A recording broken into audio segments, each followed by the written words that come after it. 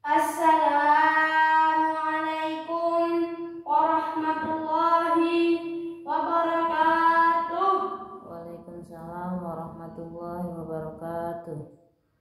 Malam-malam pergi ke Jogja, mudah-mudahan yang jawab salam masuk surga. Amin. Assalamualaikum warahmatullahi wabarakatuh. Waalaikumsalam warahmatullahi wabarakatuh. Alhamdulillahirabbil alamin. Wa bihi nasta'inu ala umuri dunya waddin. Wassalatu wassalamu ala asrofil anbiya'i wal mursalin wa ala alihi wa sahbihi ajma'in, amma ba'd. Dewan juri yang saya hormati serta hadirin yang mudah-mudahan dirahmati Allah. Amin. Amin. Meneladani akhlak Rasulullah Shallallahu Alaihi Wasallam adalah topik bahasan yang akan saya sampaikan pada kesempatan kali ini. Kalau mau bicara tentang akhlak Rasulullah Shallallahu Alaihi Wasallam, sulit rasanya mengukir kata-kata untuk melukiskan keluhuran, keagungan, serta kemuliaan akhlaknya. Beliau adalah sosok yang tampan, sopan tutur katanya, santun perilakunya, hormat kepada yang tua dan sayang kepada yang muda, disenangi oleh kawan dan disegani oleh lawan. Betul hadirin? Betul. Rasulullah SAW itu tidak hanya mencontohkan kepada umatnya, tapi beliau juga merupakan percontohan dari Allah Subhanahu wa Ta'ala untuk seluruh umat manusia. Lalu, apa yang dapat kita contoh dari beliau? Jawabannya adalah sangat banyak. Di antaranya, Rasulullah SAW adalah satu-satunya pemimpin dunia dan akhirat yang betul-betul cinta mati kepada umatnya, dan cintanya Nabi akan dibawa sampai tetes darah penghabisan. Sejarah membuktikan jika Nabi Muhammad SAW menutup mata, siapa yang dia panggil di akhir hayatnya? Yang beliau katakan adalah ummati, ummati, ummati, umatku, umatku, umatku. Inilah yang saya maksud cinta mati kepada umatnya. Bukan kayak pemimpin zaman sekarang yang cintanya cinta monyet. Kalau cintanya hilang, maka sisanya tinggal Monyet. Tinggal apa hadirin? Tinggal monyet. Apa ada pemimpin zaman sekarang yang nanti matinya dia panggil rakyatku, rakyatku, rakyatku? Tidak akan ada hadirin. Satu-satunya pemimpin dunia ini yang mau berkorban untuk kita adalah Rasulullah SAW. Saya buktikan dari satu kisah yang dahsyat. Ketika beliau Mi'raj, sempat diperlihatkan surga oleh Allah Subhanahu wa Ta'ala. Lalu beliau masuk ke dalam surga.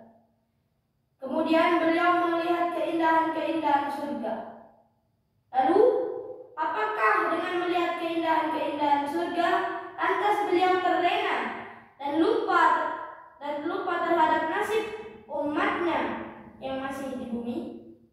Tidak hadirin.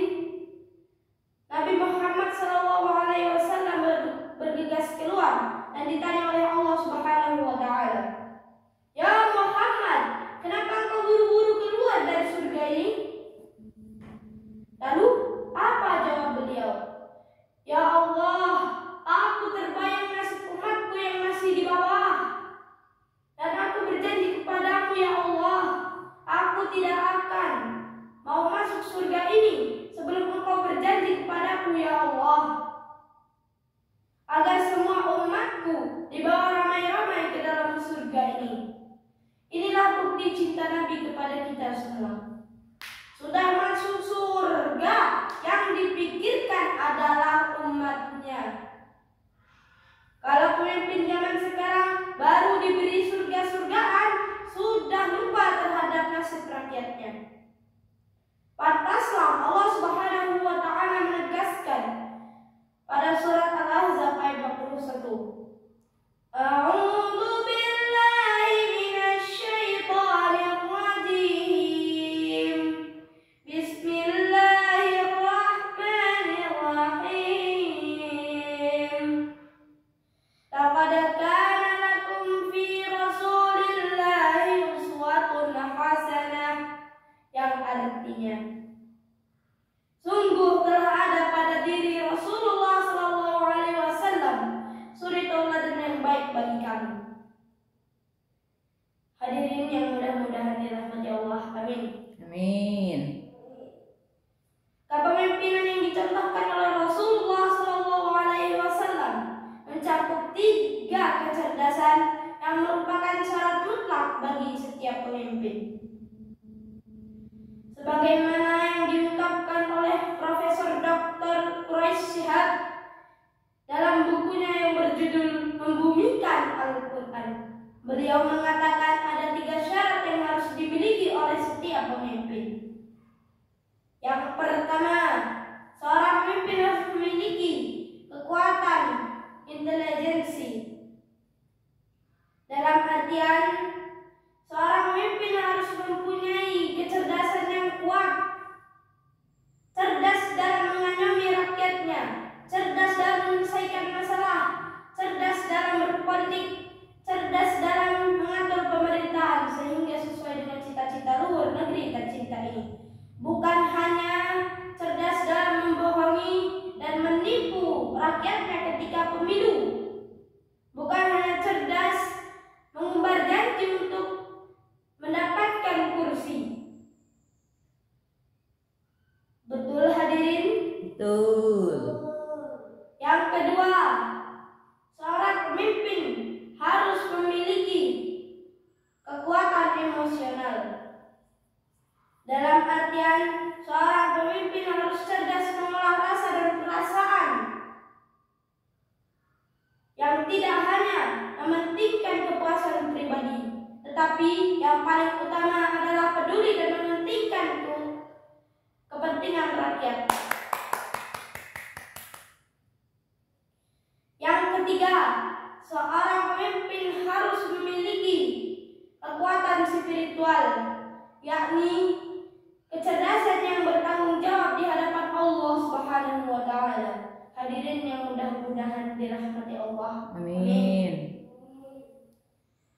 Sebagai kesimpulan, marilah kita jadikan momentum bulan Ramadan ini sebagai sarana untuk lebih mengenal dan menambah kecintaan kita kepada Nabi Sallallahu Alaihi Wasallam dengan cara mencontohnya dan meneladani jejak Rasulullah Sallallahu Alaihi Wasallam.